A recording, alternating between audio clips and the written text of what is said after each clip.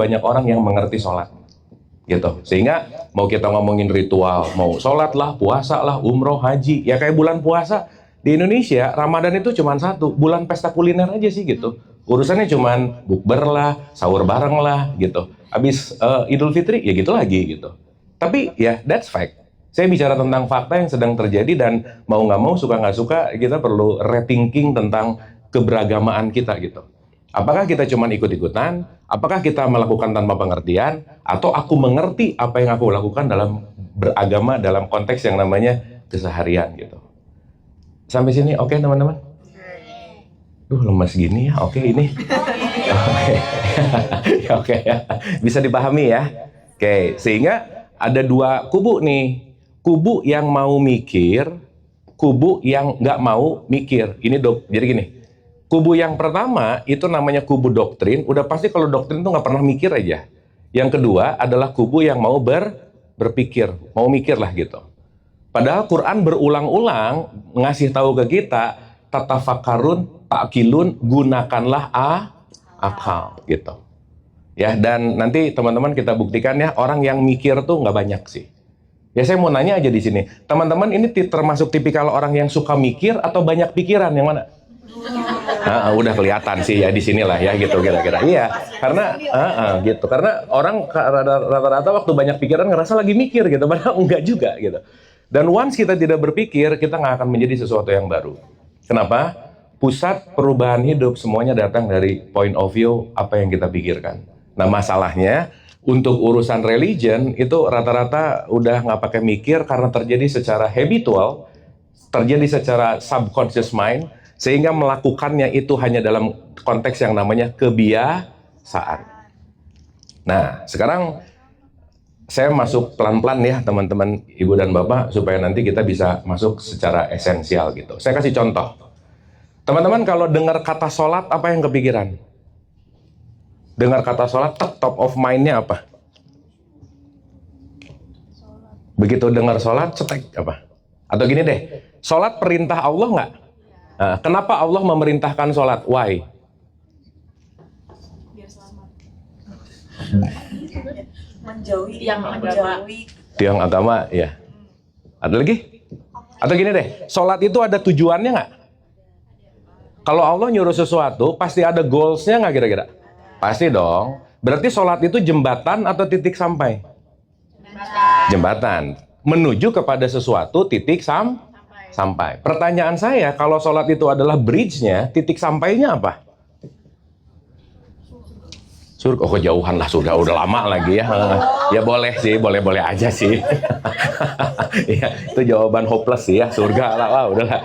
Ya oke. Ini kita nggak usah yang abstrak-abstrak lah, yang realistis gitu. Ya, kita disuruh sholat pasti, atau sederhananya kita makan goalsnya kenyang gitu. Kita makan dapat nutrisi gitu kira-kira. Nah pertanyaannya, kita sholat supaya apa? Doanya dikabulin. Doa dikabul. Ini teman-teman sholat doa nggak dikabul-kabul juga kok gitu. Sama aja. Ya kalau statistik 1 sampai 100 yang dikabul kan dikit gitu. Tapi teman-teman yang doanya nggak dikabul-kabul jangan khawatir, kenapa? Temennya banyak yang lain juga gitu. Tenang aja. Ayo kenapa? Why? Nah sorry ya, dari pendidikan dari mulai TK, SD, SMP, SMA yang diajarin tentang sholat itu cuman kalau dalam bahasa pendidikan, kebetulan saya ada di situ, itu disebut dengan yang namanya lower order of thinking. Jadi lower order of thinking adalah pemikiran di level rendah yang urusannya cuma satu, hafal dan bunyi. Hafal dan bunyi. Makanya yang dicek itu adalah hafalannya dan bunyinya gitu. Sehingga pada perspektif perubahan hidup itu selalu terjadi pada higher order of thinking. Creativity itu ada di sini gitu. Enlighten tuh ada di sini. Nah makanya sekali lagi waktu kita melakukan kegiatan ini tapi kita nggak ngerti ini tujuannya buat apa, ya ini hanya akan jadi ritual harian aja sih gitu intinya. Nah saya mau balik nih, saya kasih contoh sederhana begini teman-teman. Kan kalau kita mau dari ujung ke ujung, pernah dengar kata-kata innalillahi wa inna ilaihi rojiun nggak? Ya dong, semua berasal dari Allah dan akan kembali ke Allah. Jadi kalau boleh saya sederhanakan, kita adalah journey untuk pulang. Kita tuh mau pulang aja intinya. Pertanyaannya, kalau kita mau pulang, pertama, kita perlu tahu jalan pulang. Yang kedua, kita tahu dalam bahasa konvensional di ceramah, bekal pulang lah gitu kira-kira. Nah, sehingga dalam perjalanan proses hidup ini, satu poin aja teman-teman, perlu kita sadari bahwa hidup adalah sekolah. So, kita sekarang lagi ada dalam the school of life. Setiap jam adalah jam pelajaran, setiap tempat adalah tempat belajar, dan apapun yang terjadi sama kita, pasti mau mengajarkan sesuatu. Sampai sini oke? Oke, nah pertanyaannya, ini kalau mau pakai agak direct, mati itu, kalau di sini ada mati, itu ada dua jalur. Satu husnul khotimah, yang kedua su'ul khotimah. Mati dalam keadaan oke, dan mati dalam keadaan nggak oke. Kira-kira mau yang mana? Oke dong. Nah kalau mau oke, ada tanda bintang di atasnya. Syarat dan ketentuan berlaku. Jadi nggak ujuk-ujuk, mati enak, matinya husnul khotimah, tapi nggak tahu syarat dan ketentuannya. Dan sorry to say, urusan husnul khotimah nggak ada urusan sama agama kita di label, di KTP, di identitas tuh nggak ada. Kenapa? Karena konteks ilaihi rojiun, konteksnya adalah bukan masalah identity, tetapi masalah quality gitu. Sampai sini oke? Contoh. Ada orang yang identitasnya Islam, tapi belum tentu Islami. Setuju nggak? Setuju nggak? Setuju. Sekarang pertanyaannya, penilaian Allah kepada identitas kita atau kepada kualitasnya? Kualitas. Makanya kalau kita mau bicara tentang konteks kualitas, Quran selalu bilang, inna akromakum indallahi atqakum. Yang paling mulia di antara kalian semua adalah orang yang paling takwa. Gak ada tuh di Quran ngomong, yang paling mulia adalah orang yang rajin umroh. Gak ada. Yang paling mulia adalah orang yang rajin tahajud. Nggak ada. Kenapa? Mau tahajud, mau sholat, mau puasa, mau umroh, mau haji, semuanya bridge menuju kepada level yang namanya takwa. Jadi artinya apa? Sholat adalah jembatan untuk membuat kualitas kita jadi jauh lebih takwa. Sampai sini oke? Oke nggak ini? Oke ya. Berarti konteksnya, kalau kita ngomongin ketakwaan, ini ngomongin kualitas diri kita nggak kira-kira? Iya dong. Nah, sekarang saya mau pinjam dari satu perspektif yang namanya perspektif tasawuf gitu. Ada kalimat gini teman-teman. Man arafah nafsah, kalau kamu mengenal dirimu, kamu pasti akan mengenal Tuhanmu gitu. Jadi kalau kamu nggak kenal sama diri kamu mau pulang kemana? Pertanyaannya, gimana mau kenal diri yang dipikirinnya orang lain mulu gitu? Gimana mau kenal diri, di mana kita nggak pernah punya waktu buat diri kita sendiri? Di era digital media yang sangat luar biasa sekarang, bisa loh terjadi, ada orang bangun tidur belum sadar dirinya hidup, udah ngurusin hidup orang lain gitu misalnya. Artinya apa? External world itu jangan-jangan jauh lebih menyenangkan, jauh lebih seru, dan dia tidak mengenal siapa dirinya, even dia nggak ngerti perasaannya gimana, even dia nggak tahu emosinya gimana, plus dia nggak ngerti dirinya. Pertanyaannya, once aku tidak mengerti diri, gimana aku mau mengenal Tuhan gitu intinya. Oke teman-teman. Nah, berarti kalau gitu, kalau kita bicara tentang konteks ini, salah satu goals dari sholat itu adalah melakukan pengenalan diri. Maka kalau saya pinjam dalam perspektif Quran, ada kalimat gini. A'udzubillahi minasyaitonirrajim, bismillahirrahmanirrahim. Utslu ma uhiya ilaika minal kitab wa aqimi sholah. Inna sholata tanha anil fahsya'i wal munkar. Wala zikrullahi akbar wallahu ya'lamu ma tasnaun. Teman-teman ngerti nggak apa yang barusan saya omongin? Nah ini rata-rata langsung amin ya Allah. Amin. Terus ditanya emang barusan tadi apa isinya? Jawabannya paling banyak jawabannya wallahu alam bisawab aja. Nah itu majority gitu tuh, gitu ya. Tapi pertanyaannya kalau saya mau ngerti apa yang barusan saya ucapkan perlu ada bahasa yang logik kita ngerti nggak kira-kira? Iya dong. Makanya kita coba translate. Utsluma, bacalah kitab Al-Quran, reading, baca. You have to kita perlu dapat knowledge-nya. Baru dirikanlah sholat. Jadi sebelum sholat itu ada yang namanya baca. Makanya saya bagi dua nih ya teman-teman. Kalau dulu waktu pertama kali saya kesini, saya membagi manusia ini dalam level 4 tingkatan. Level paling rendah, nomor 1, itu disebut asbun. Yang penting bunyi aja.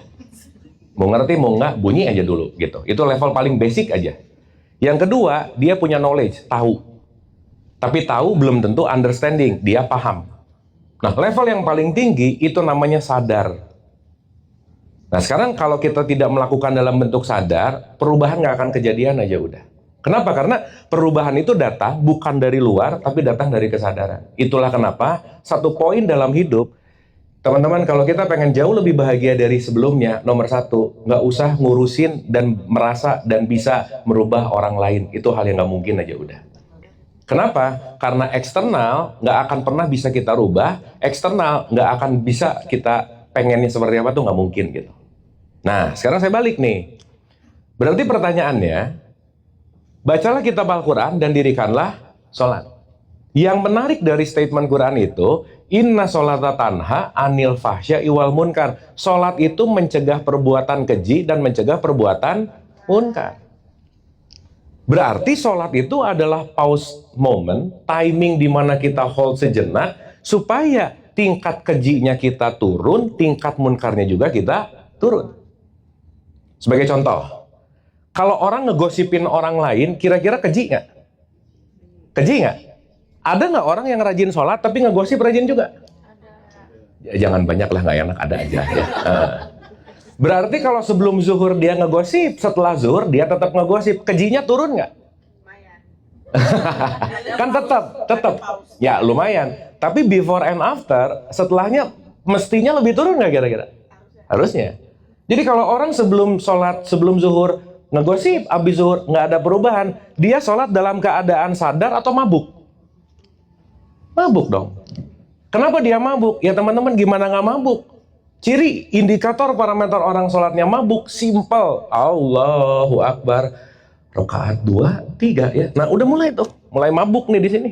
Rakaatnya aja lupa. Berarti nggak mindful. Satu. Kenapa bisa begitu? Iftitah nggak ngerti isinya. Al-Fatihah nggak ngerti isinya.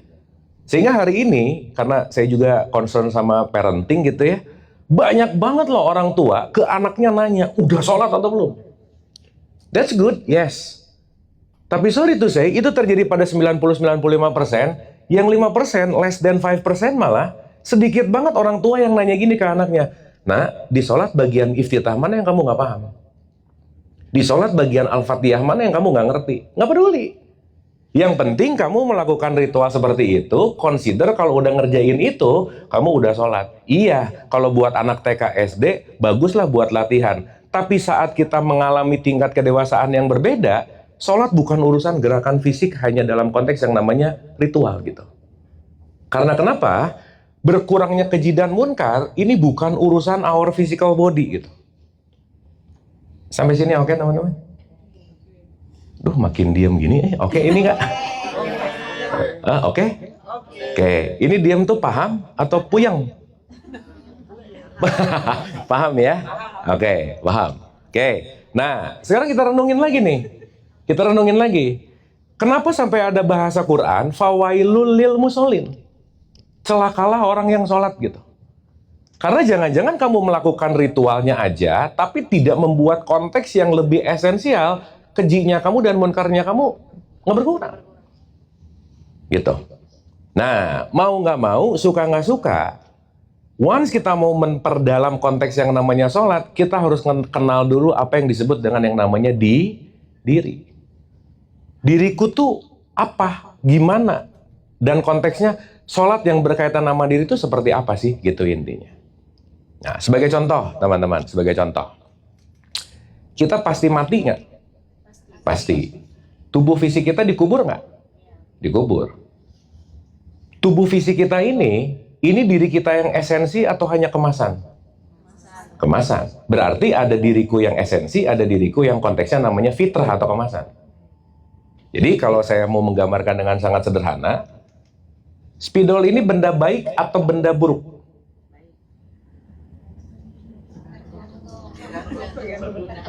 Hah?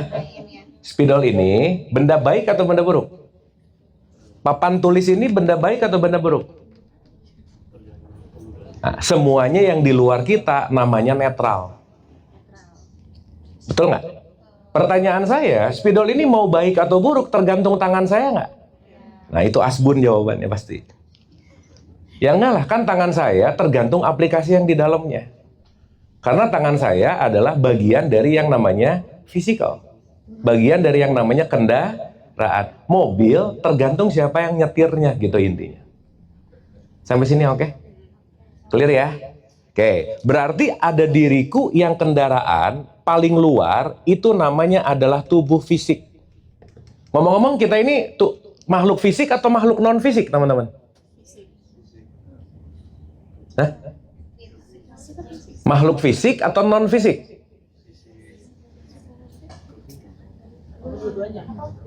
Ini kok bingung gini sih? Gini. Kalau kita ngelihat seseorang, yang paling banyak kelihatannya bagian fisiknya atau non fisiknya?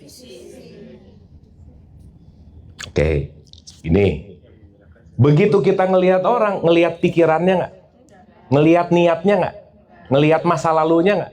Memorinya nggak? Imajinasinya nggak? Traumanya nggak? Kekhawatirannya nggak? Banyak kan kalau saya urutin? Banyak. Jadi yang kita lihat sama setiap orang, fisikal itu cuma 1% anyway. Kita nggak tahu dia lagi kondisinya apa, lagi bad mood atau enggak, perasaannya gimana dan seterusnya. 99% kita nggak pernah tahu kondisi dia seperti apa. Mau mukanya disenyum-senyumin, dalamnya bisa aja kok lagi bete. Betul nggak? Betul nggak? So itulah kenapa teman-teman, jangan tertipu oleh sesuatu yang terlihat, karena yang tidak terlihat jauh lebih esensi dan kita nggak pernah tahu apa-apa. So that's why, please less judgment kepada siapapun, karena kita nggak pernah benar-benar tahu isinya atau isinya itu lagi gimana gitu kira-kira. Setuju nggak nih? Berarti kita makhluk fisik atau non fisik? Itu dia setuju nggak setuju gitu gimana? Dua-duanya, karena selain kita tubuh fisik, kita punya tubuh yang namanya mental. Mental kelihatan nggak? Enggak. Karena kenapa? Karena dia bagian yang lebih subtle gitu. Sehingga pertanyaan saya, tubuh fisik kita dengan tubuh mental kita kira-kira memiliki korelasi nggak? Hubungan nggak? Iya dong. Karena kenapa? Fisikal yang dilakukan pasti tergantung dari konteks yang namanya mental. Dalam bahasa Quran, mental ini sering disebut dengan yang namanya jiwa. Sampai sini oke? Makanya dulu waktu kita upacara, selalu diulang-ulang diingetin, bangunlah jiwanya, bangunlah badannya. Kenapa? Kalau jiwanya nggak beres, pasti badannya nggak oke aja udah. Sebagai contoh, teman-teman. Ada orang ngomong kata-kata kotor, kira-kira kata-kata yang dikeluarin dari mulut, itu datang dari jiwanya nggak kira-kira? Iya dong. Berarti saat orang mengeluarkan kata-kata kotor, ngeposting hal-hal yang buruk, udah pasti menunjukkan bahwa itu adalah state jiwanya dia gitu. Kenapa? Karena semua perilaku fisik ini, jiwa ini akan bertindak sebagai yang namanya aplikasi. Makanya saya sering sebut, fisik ini adalah hardware, jiwa ini adalah software. Kalau pengen stabil, kira-kira yang diupdate hardware-nya atau software-nya? Dua-duanya dong. Karena ini perlu nutrisi, yang ini juga perlu nutrisi. Nah, maaf ya teman-teman ya, di era sekarang, yang di luarnya kayak kelihatan oke banget. Padahal mental illness-nya bisa tinggi banget loh. Jiwanya bisa sangat terganggu gitu. Makanya hari ini tingkat kenaikan isu mental health itu naik drastis gitu. Dan konteksnya, saat jiwamu nggak sehat, badanmu pasti ikut nggak sehat. Pun sebaliknya. Nah, sekarang saya tanya, berarti dua bagian partikel diri kita, baik jasad maupun jiwa, perlu dikasih nutrisi nggak? Iya. Karena waktu kita makan, minum, apalah, ngopi lah, apa, itu kan urusan fisikal banget nih. Sehingga ya sorry to say, orang hari ini bisa terpenuhi physical nutritionnya, tapi jangan-jangan kekeringan jiwa gitu. Jangan-jangan jiwanya tuh nggak penuh nutrisi. Kenapa? Karena ya itu tadi, jiwanya sedang dalam keadaan quote and quote, kalau pakai vibes, lagi ada di level low vibes gitu intinya. Sampai sini oke? Clear ya? Berarti kita ini makhluk fisik atau non fisik? Dua-duanya. Yang menentukan perilaku kita fisiknya atau non fisiknya? Jiwa kita.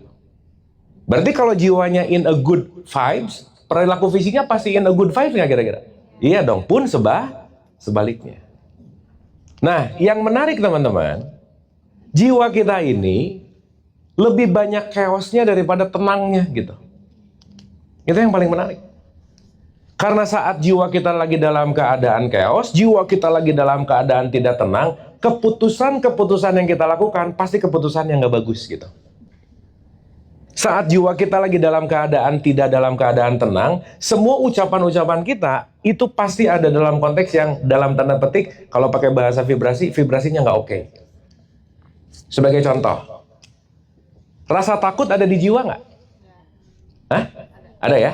Sekarang saya tanya, kalau kita lagi takut, jiwanya takut, berarti semua perilakunya membuat resonansi ketakutan nggak kira-kira? Iya.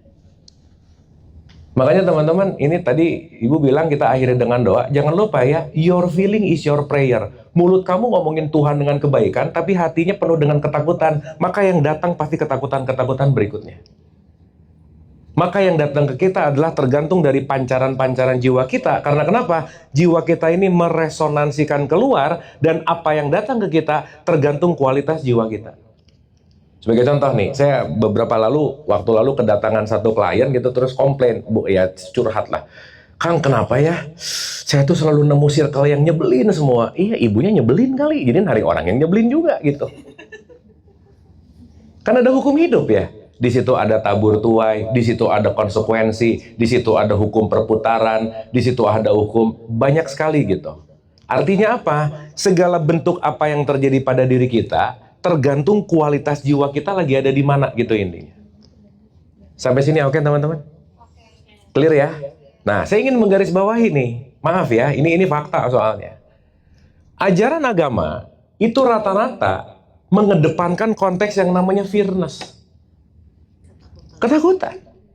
Maka orang sholat, nggak sholat ditakut-takutin. Kalau nggak sholat kamu masuk neraka, kalau nggak sholat kamu penuh dengan dosa, kalau nggak sholat kamu nggak akan selamat. Berarti saat orang sholat dengan di dalamnya ketakutan, kira-kira sholatnya bisa khusyuk nggak? Nggak bisa. Kenapa? Bagaimana kita mau mengalami vibrasi yang oke, bagaimana kita mau menarik sesuatu yang oke. Jangan lupa teman-teman, dalam hidup rumus utamanya adalah we are attracting what we feel. Itu aja intinya. Jadi kalau sesuatu yang datang, sesuatu apapun itu, jangan lupa segala bentuk apapun itu, yang menariknya, yang mengundangnya adalah masing-masing dari kita gitu. Nah, kenapa tadi saya bilang perlu pengertian atau perlu knowledge, yang jangan-jangan banyak hal yang kita lakukan dalam hidup itu karena ketakutan. Kerja karena takut nggak punya uang. Ngerjain sesuatunya karena takut. Nggak mindful pasti. Kerja karena takut kekurangan. Begitu ngapa-ngapain takut kekurangan. Bisa korupsi di situ. Kenapa? Karena baseline dari jiwa kita itu yang akan menentukan kualitas hidup kita. Nah, itulah kenapa si jiwa itu perlu praktis. Perlu dilatih. Karena saat jiwa kita lagi dalam keadaan chaos, sorry to say teman-teman, gak akan ada yang bisa membuat jiwa kita tenang kecuali kita menenangkan jiwa kita sendiri. Sama halnya, gak akan ada orang yang sayang sama kita selain kita sayang sama diri kita sendiri. Pun peduli, pun apapun itu, semuanya kembali kepada diri kita masing-masing. Sampai sini oke? Clear ya? Oke, nah sekarang saya tanya. Sholat itu kira-kira melibatkan jasad atau jiwa? Nah, mulai ini emang jam-jam krusial sih ditanya-tanya sih gitu. Ayo, sholat yang kita sehari-hari itu lebih banyak sholat ke arah jasad atau ke arah jiwa?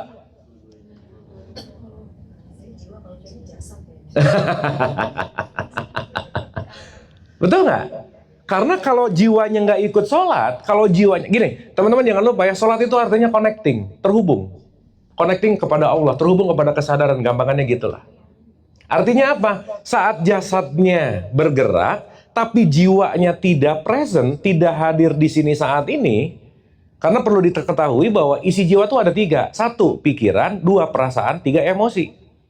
Nanti yang paling menduduki tingkat paling dahsyat itu namanya pikiran. Nah, kenapa orang bisa bete atau orang bisa sedih, orang bisa macam-macam dengan konteks yang namanya mentalnya nggak baik? Itu alasannya cuma satu, karena dia jarang hadir di sekarang, dia mengkhawatirkan apa yang udah terjadi, dan dia anxiety terhadap sesuatu yang belum terjadi. Itu aja udah. Dan itu semuanya ada di pikiran gitu. Berarti kalau orang nggak pernah resting pikirannya, dia dikit-dikit ke masa lalu, aduh dulu nyesal. Nanti dikit-dikit ke masa depan, nanti gimana? Dulu, nanti gimana? Dulu, nanti gimana? Itu pasti wasting energi sangat tinggi. Jiwanya lelah, badannya lelah, letargik gitu namanya. Yang akhirnya apa? Si jiwanya penuh dengan konteks yang namanya bergejolak gitu. Betul nggak teman-teman? Sip ya. Sekarang saya tanya, jiwa kita sering bergejolak nggak? Sering. Pertanyaan saya, apa yang membuat jiwa kita selalu bergejolak? Apa? Triggernya apa? Trigger utama, jiwa kita tuh gini terus nih. Gitu. Apa? Satu teman-teman. Panca indera.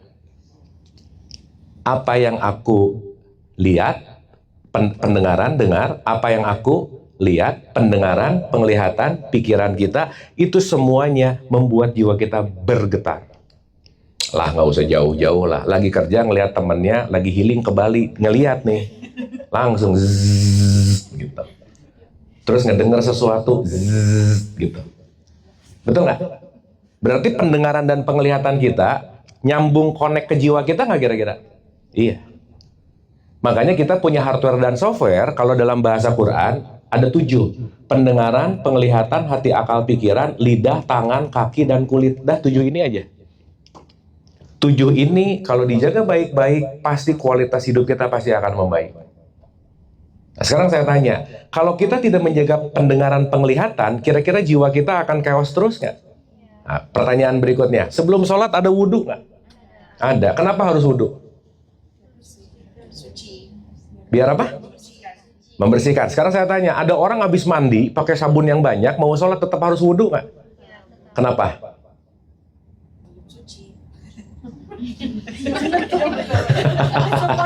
Wudhu itu ada niatnya gitu kan. Ya wudhu ada niat. Emang mandi nggak ada niatnya? Niatnya beda. Ya pastilah beda sama mandi sama wudhu. Cuman maksud saya functioningnya wudhu tuh buat apa sih? Sekarang saya tanya, maaf ya, kita tahulah, maaf ya, kalau waktu habis wudhu terus kentut, batal nggak? Batal. Nah, tempat ngeluarin kentutnya dibasuh nggak? Nggak, kenapa?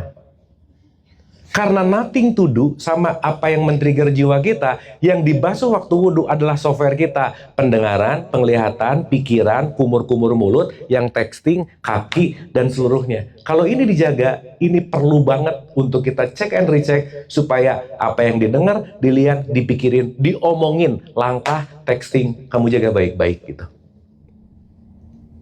Karena semua problem dalam hidup datang dari apa yang kamu dengar, apa yang kamu lihat, kamu pikirin, keluar jadi ucapan, keluar jadi postingan, langkah, dan kulit itu adalah coveringnya.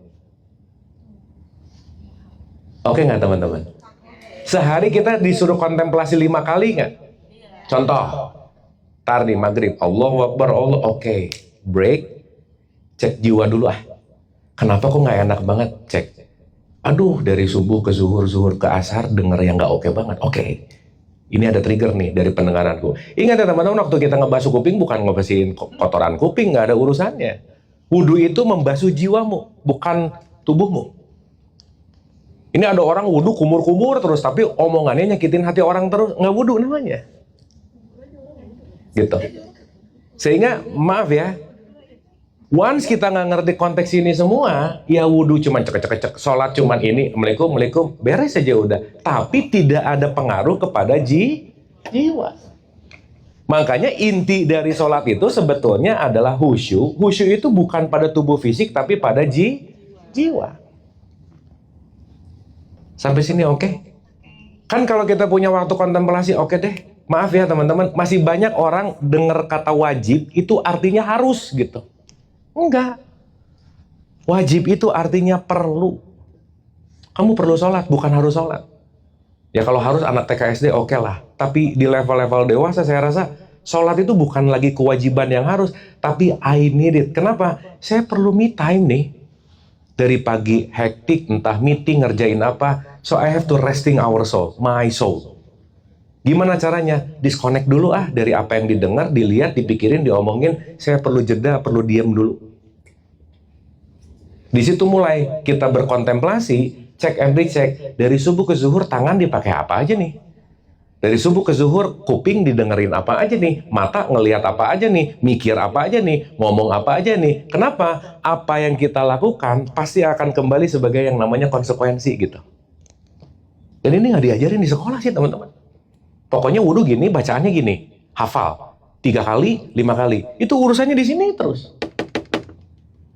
Artinya apa? Orang sholat sekarang ngasih makan nutrisi jasadnya, gerak, tapi tidak masuk kepada kelembutan jiwa dan hatinya gitu.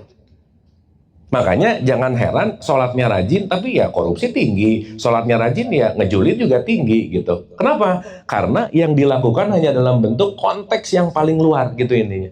Kenapa begitu? Ya nggak ngerti. Kenapa begitu? Ya cuman dogma dan doktrin. Udah pokoknya orang Islam wajib sholat, sholatnya gini. Titik aja udah. Artinya apa? Nggak memberikan jiwa kita nutrisi-nutrisi untuk memperbaiki kualitas dan konteks yang lebih kepada kesadaran yang lebih baik gitu. Setuju? Oke? Makanya saya sering bilang gini teman-teman, kalau sholatnya cuma jasad jiwanya nggak ikut, itu namanya pilates. Ya olahraga, namanya cuma senam doang gitu. Orang perilaku nggak berubah gitu. Puasa nggak pakai jiwa, namanya diet gitu. Nah, ya diet aja sih gitu. Mau itu umroh haji nggak pakai jiwa, ya namanya wisata aja sih gitu, main aja gitu. Artinya apa? Pemenuhan konteks fisikal, tapi soul-nya tetap danger gitu. Soul-nya tuh tetap dalam keadaan trouble gitu intinya. Nah jadi maaf nih, kalau pernah ada dengar yang paling pertama dihisab adalah sholat nanti gitu, ya oke lah nanti aja sih gitu. Tapi poinnya adalah hisab itu perhitungan. Yang perlu kamu perhitungkan baik-baik, jiwa kamu tuh lagi ada di level mana sih sekarang gitu.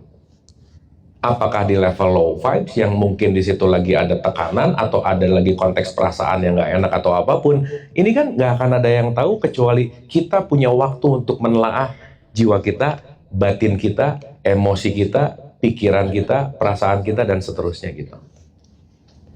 Nah jadi saya pengen lebih ngajak ke praktikal sih teman-teman gitu. Kalau tadi ngomongin sholat, ya sorry ya orang rajin sholat juga cuman ya bagus-bagus ya. Olahraga tuh bagus sih, good point gitu. Tapi kalau cuman raganya yang digerakin tapi jiwanya nggak tumbuh, sama halnya menua itu pasti, mendewasa itu pilihan. Nggak semua yang menua pasti mendewasa itu belum tentu. Gitu. Nah artinya di sini saya rasa kita perlu pemahaman atau esensial yang lebih dalam daripada konteks yang namanya ritual gitu. Artinya apa? Ada konektivitas masuk ke dalam konteks yang namanya jiwa. Sampai sini oke teman-teman? Oke, nah implikasinya gini, saat jiwamu jarang tenang, pasti hidupmu akan menjadi korban dan kamu pasti banyak nyalahin segala sesuatu di luar diri kamu. Udah aja. Nah ini akan menjadi level 1 manusia nih. Level 1 manusia tuh gini nih. Segala bentuk remote control happiness hidupnya itu dititipin di orang lain. Udah gitu aja. Aku happy kalau kamu gitu. Aku oke kalau kamu gitu. Kalau kamu enggak, kalau ini enggak, kalau ini enggak. Kalau semuanya salah, aku nggak happy. Artinya apa? Kita diperbudak oleh orang lain, kita diperbudak oleh eksternal. Padahal apa? Happiness itu homemade gitu. Choices kita. Bukan urusan orang lain A, B, atau C gitu. Contoh, teman-teman pernah ketemu orang nyebelin nggak? Sering? Iya. Pernah ya? Nah, sekarang saya tanya, let's say, begitu ngelihat orangnya, nyebelin banget. Saya mau nanya, pertanyaannya saat kita ngomong itu nyebelin, satu, apakah dia menyebalkan atau aku memaknai dia menyebalkan? Yang mana?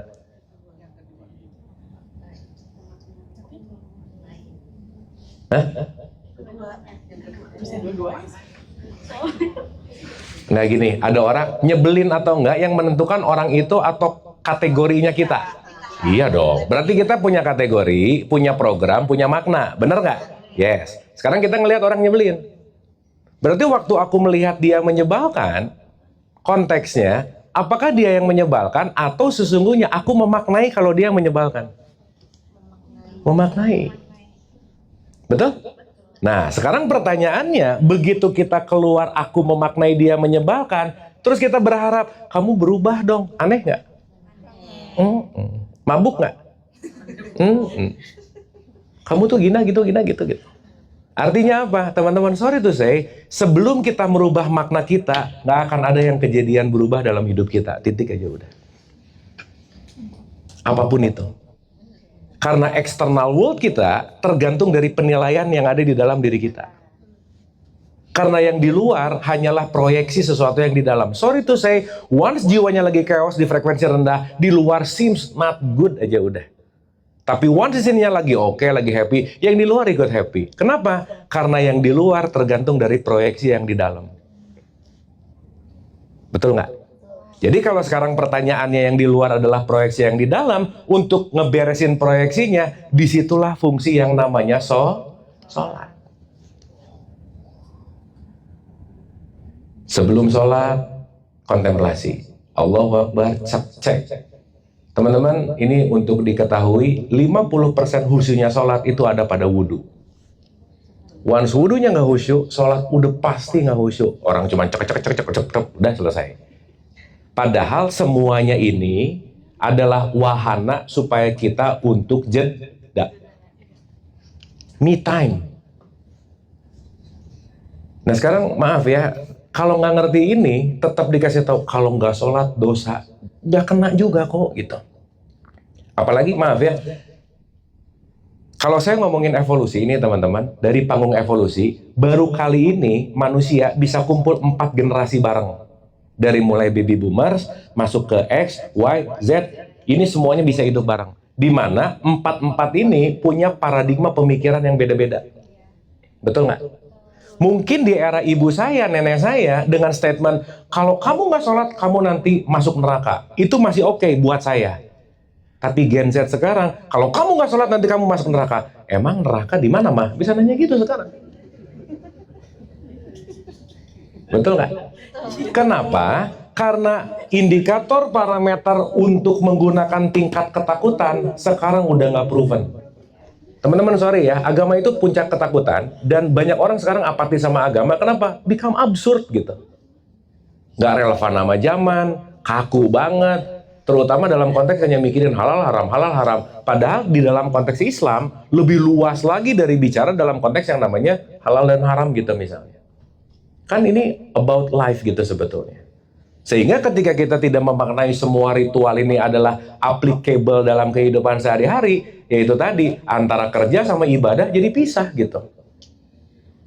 Antara A sama B dalam konteks, ini wilayah ibadah dalam bentuk formal sholat, tapi kerja mungkin lupa bahwa dua-duanya adalah sesuatu yang namanya ibadah juga gitu misalnya.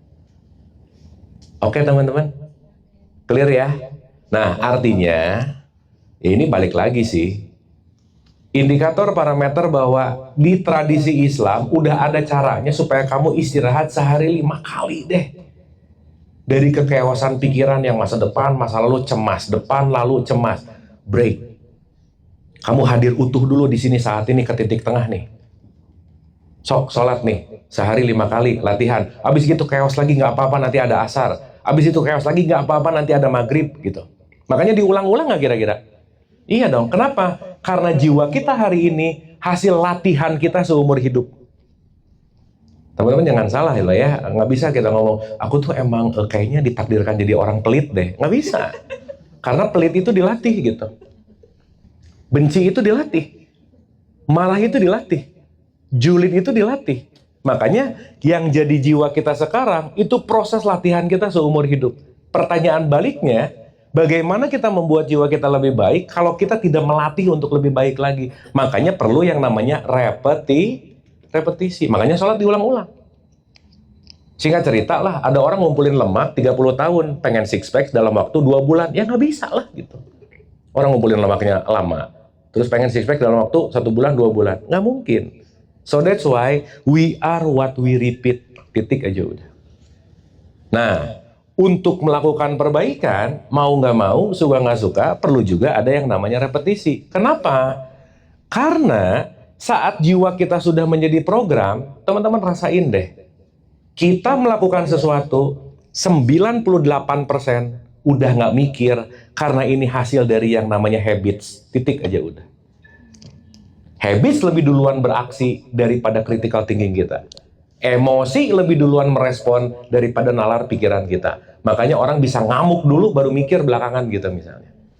Kenapa? Karena dikontrol oleh yang namanya habits gitu. Berarti kalau mau merubah habits perlu ada repetisi ulang nggak kira-kira? Itu namanya sholat. Nah, once kita paham ini, sholat itu bukan urusan masalah kewajiban, kalau nggak dosa, oke lah. Itu buat anak TK SD bagus lah gitu. Dogma doktrin dibutuhkan buat level-level early gitu. Tapi once kita sekarang udah mulai menyadari, oke, kayaknya aku udah mulai lelah deh misalnya. Jam 12 siang ngelihat baterai handphone 2%, mungkin kita deg-degan. Ngecek terus. Tapi pertanyaannya, kapan terakhir kali ngecek jiwanya, perasaannya, ngecek stability energinya, yang konteksnya baterai handphone kalau rusak bisa diganti di iBox gitu misalnya. Tapi kalau baterai diri kita rusak, urusannya sama mental issues yang jangka waktunya panjang banget gitu teman-teman. Nah jadi mungkin saya pengen jauh lebih membawa ini kepada applicable harian gitu ya. Supaya kita tuh melakukan mau sholat lah, mau puasa, bukan hanya sekedar menggugurkan kewajiban gitu. Tapi I need it. Saya perlu rehat sejenak, saya perlu mau perbaikan, saya tahu arah perbaikannya kemana, dan saya tahu habits apa yang perlu saya rubah. Karena sorry to say teman-teman, ini mau kajian gini tiap hari, sehari 5 jam, habitsnya nggak berubah, nggak akan ada perubahan, udah pastilah. Karena knowledge di sini bisa naik, tapi sistem syaraf tubuh dan kebiasaannya nggak berubah. Maka orang bisa tahu, tapi perilakunya gitu-gitu aja. Kenapa? Habitsnya nggak dirubah masalahnya. Nah jadi kalau boleh saya recap secara sederhana gitu, saya pengen membawa bahwa sholat adalah your me time. Sholat adalah istirahat jiwamu dari kesibukan pekerjaan, dari kesibukan overthinking, dari kesibukan depression masa lalu, memori, imajinasi yang nggak pernah selesai ini. Kayaknya kita perlu rehat sejenak, kayaknya kita perlu waktu buat jiwa kita supaya menjaga quote and quote kewarasan jiwanya, kewarasan pikirannya, stability energi jiwanya, dan yang paling pasti vibrasi jiwa kita untuk kita jaga sebisa mungkin tidak terlalu banyak ada di level chaos gitu kira-kira. Setuju teman-teman? Clear ya? Jadi harapannya kita lakukannya pakai mindful gitu. Sholat bukan sekedar menggugurkan, sholat bukan sekedar kelihatan oke, sholat bukan sekedar ketakutan gitu, tapi I need it gitu. Saya perlu nih sholat. Kenapa? Karena perlu istirahat bentar deh gitu. Untuk disconnect dari outer world, untuk keluar sejenak, masuk ke dalam diri kita, dan kata kuncinya adalah membuat jiwa kita jauh lebih tenang dari sebelumnya. Sampai sini oke? Clear ya? Nah sekarang kita ada pertanyaan dulu nggak sampai sini? Ada sesuatu yang mau dielaborate dulu? Siapa tahu ada hal yang mau dibahas. Tapi ini dapat teman-teman? Paham? Bisa dicerna gitu ya? Dapat ya? Paham ya? Oke, mungkin ada pertanyaan dulu?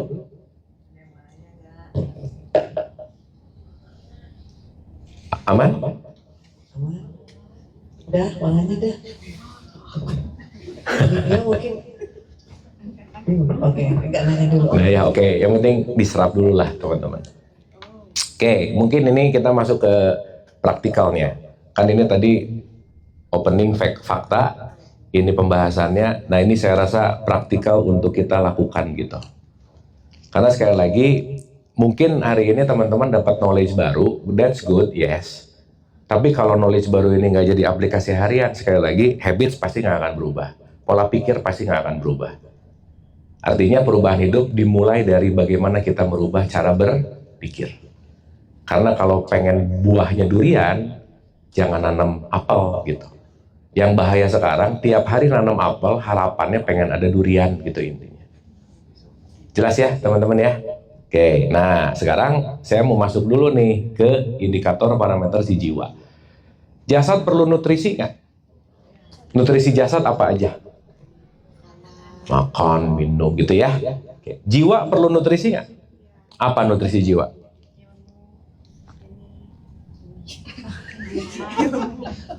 Nutrisi jiwamu tuh apa? Yang nanti akan relate banget. Kenapa jiwanya jarang tenang? Pasti terkaitnya sama ini aja udah. Jadi sorry to say, mau kita rajin sholatnya gimana pun gitu ya, tapi jiwanya kekosongan nutrisi, ya sekali lagi itu cuman physical activity gitu. Makanya semua ritual target akhirnya supaya kita jadi orang takwa. Kayak puasa tuh kan kalimat terakhirnya, ya ayyuhalladzina amanu kutiba alaikumusiyam kama kutiba alal ladzina min qablikum la'allakum tattaqun. Jadi puasa kata kuncinya untuk takwa. Sampai sini clear ya? Nah, berarti takwa itu urusannya sama identitas atau kualitas? Berarti urusannya sama outer body kita atau soul kita? Soul. Jadi takwa itu ada pada jiwa. Jadi maaf nih, outer body-nya kelihatan religius banget, islami banget, tapi ininya penuh dengan benci. Ya, nggak gitu juga gitu. Karena poinnya bukan pada apa yang kelihatan, tetapi ini nanti wilayahnya konteksnya disebut rasa gitu. Karena yang memvibrasikan tuh jiwamu gitu. Ya, sehingga teman-teman once kita jiwanya diberesin, hidup pasti berubah. Kenapa? Aku menarik sesuatu yang berbeda. Kalau kita lebih main di frekuensi-frekuensi rendah, marah, benci, dengki, iri, julid, udahlah, kita akan ketemu di situ aja. Dan circle itu tergantung dari kualitas jiwa. Makanya jangan heran, teman-teman begitu kualitas jiwanya lebih naik, teman lama nggak ketemu lagi aja udah. Kenapa? Circle-nya udah pasti beda. Frekuensinya udah pasti beda gitu. Gitu ya. Jadi semuanya tergantung dari jiwa. Nah, dalam perspektif Quran, jiwa ini nutrisinya namanya adalah takwa.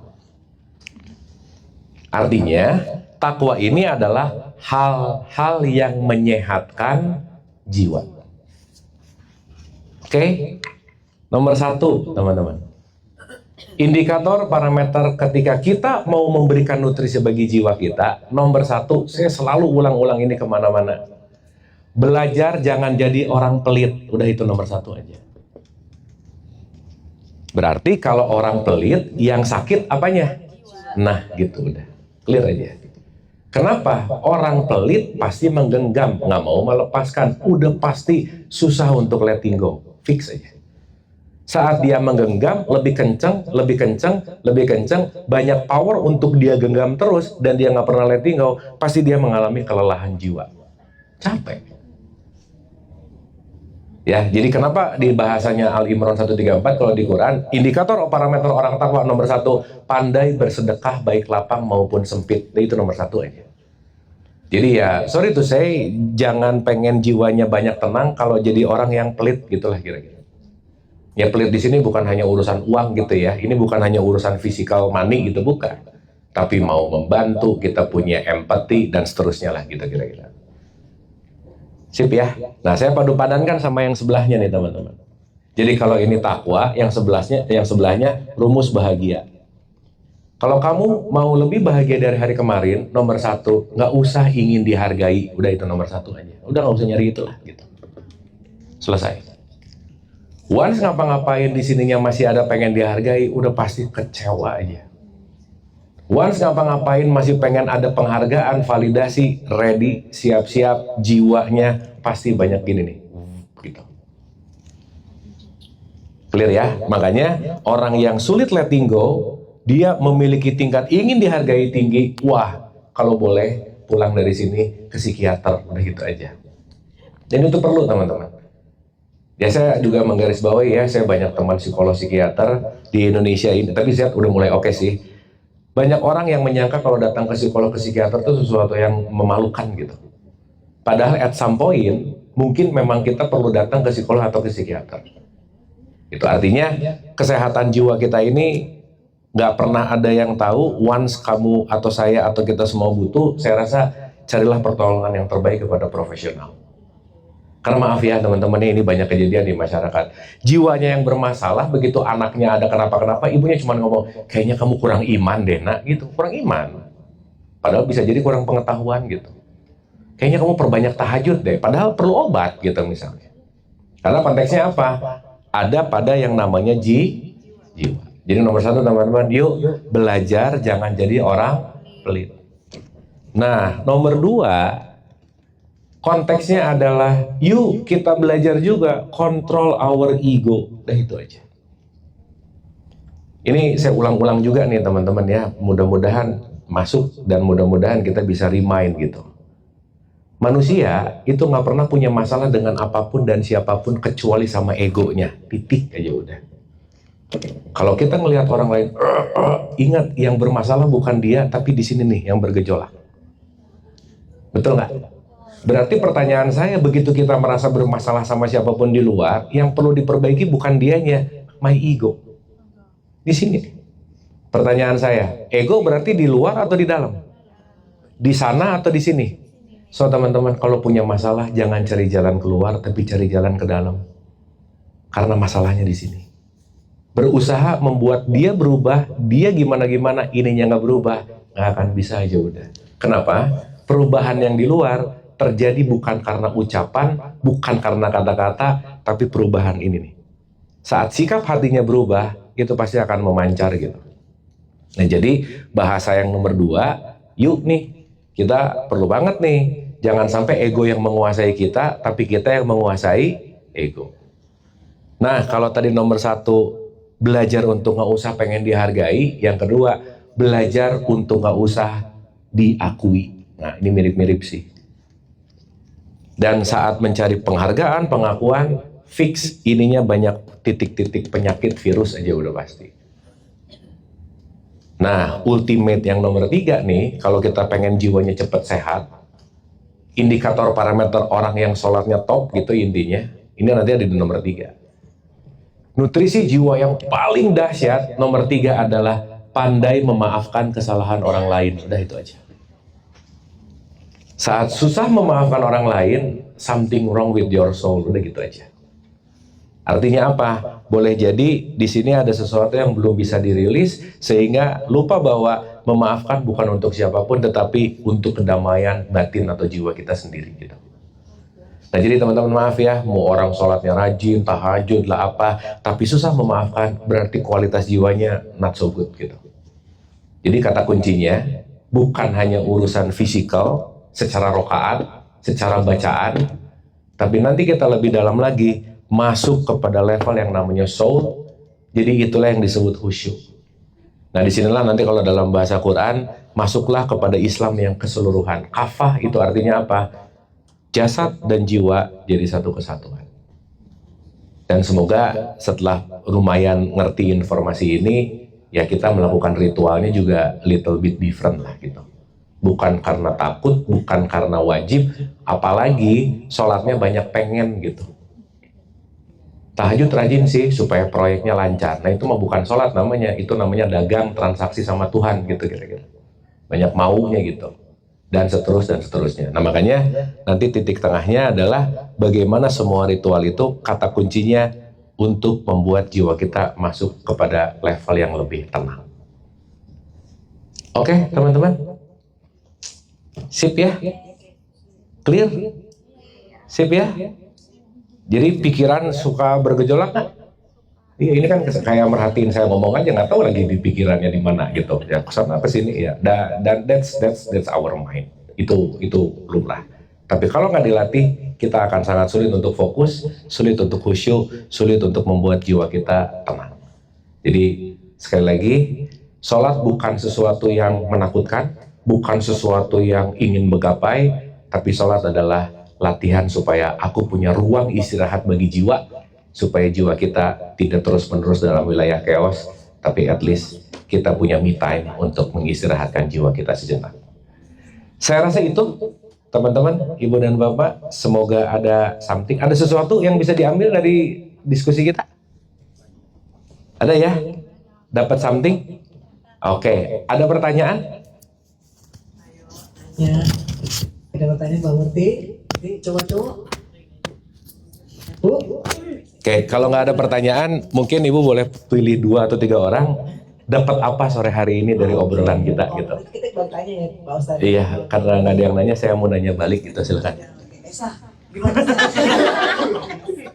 Ini bapak atau melatih jiwa tuh? Ayo Esa gimana? Saya tanya hasil ini sebenarnya rekapnya seperti apa coba? Kira-kira. Nutrisi.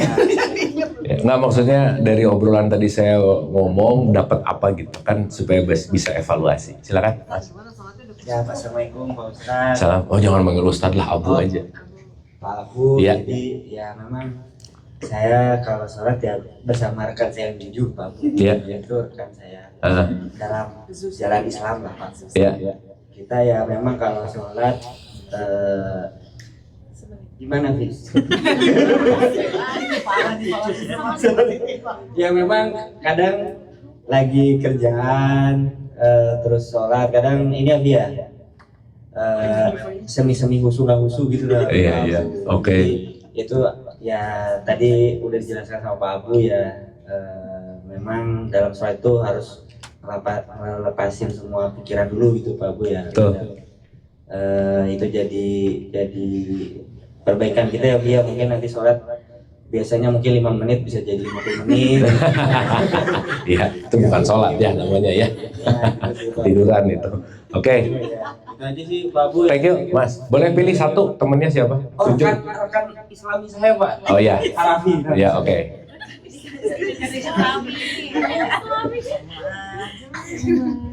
Silakan, Mas. Ya sama sih Pak Abu ya. Jadi kalau yang saya dengar intinya itu sholat itu bukan hanya kewajiban, Oke, nice. tapi sholat ini adalah merangkai kedekatan kita. Pak. Oke. Soalnya kadang nih kalau kita khusyuk sholatnya itu biasanya karena tertekan misalnya. Betul. Tertekan terus ada masalah ya kan. Tapi kalau kita still enjoy gitu kadang sholatnya ya Nah, mepet-mepet. makanya sering-seringlah tertekan ya. Nah, supaya khusyuk sholatnya. Oke. Ya, jadi mungkin sebagai pengingat ya sholat itu ya perantara kita ke Oke, thank you. Boleh tepuk tangan teman-teman. Boleh pilih lagi satu, Mas? Siapa aja? ke Mbak Brenda. Pak. Iya.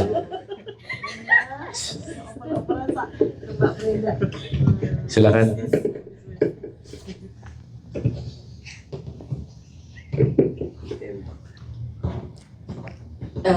Ya Pak Abu, kurang lebih tadi ya kita jadi kebuka juga pikirannya karena memang yang selama ini kita rasain kan sholat itu emang kayak cuman tradisi gerakan gitu ya, tanpa kita memaknai sholat itu apa sih, tujuan kita buat sholat apa sih. Ya, sebenarnya kita ternyata tuh udah dikasih waktu sehari itu 5 waktu buat kita rest dulu, buat rilis pikiran, buat rilis semua keresahan yang sebenarnya baru bisa kita dalamin itu kalau kita ngerti arti bacaan sholat, terus ngerti makna dari sholat itu.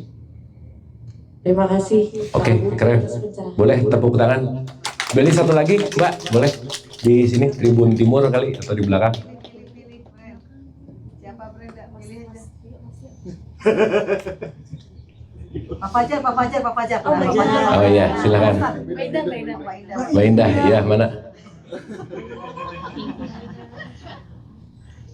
Apa ini? Kesimpulan. Iya, kesimpulan boleh.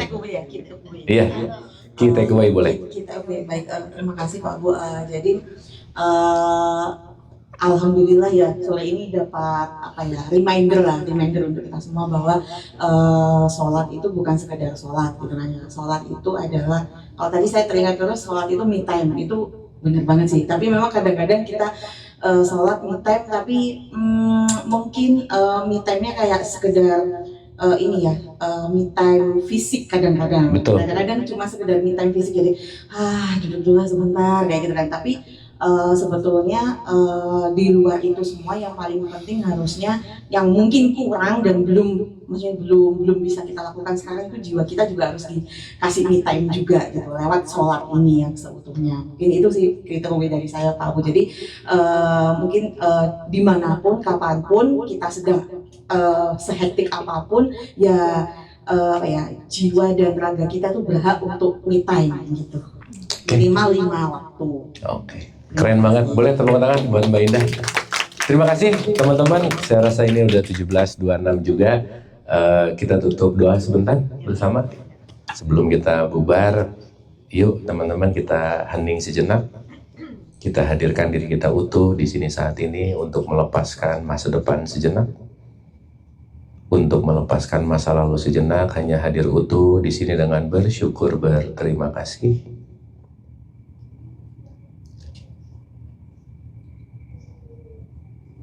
Untuk sejenak kita menikmati keheningan, untuk menjeda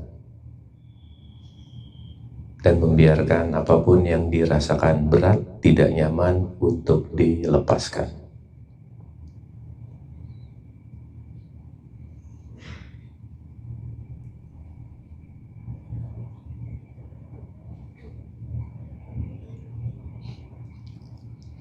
Dan mari kita membuka hati kita dengan Al-Fatihah. Al-Hariniyah. Al-Fatihah. A'udzubillahi minasyaitonir. Bismillah. Alhamdulillahirabbil alamin arrahmanirrahim. Maliki yaumiddin. Iyyaka na'budu wa iyyaka nasta'in ihdinas siratal mustaqim. Siratal ladzina an'amta 'alaihim ghairil maghdubi 'alaihim waladdallin. Amin. Allahumma rabbighfirli wa liwalidayya warhamhuma kama rabbayani shaghira. Rabbana atina fid dunya hasanah wa fil akhirati hasanah wa qina adzabannar. Wa adkhilna jannata ma'al abrar ya aziz ya ghafar ya rabbal alamin. Subhana rabbika rabbil izzati amma yasifun wa salamun alal mursalin walhamdulillahi rabbil alamin.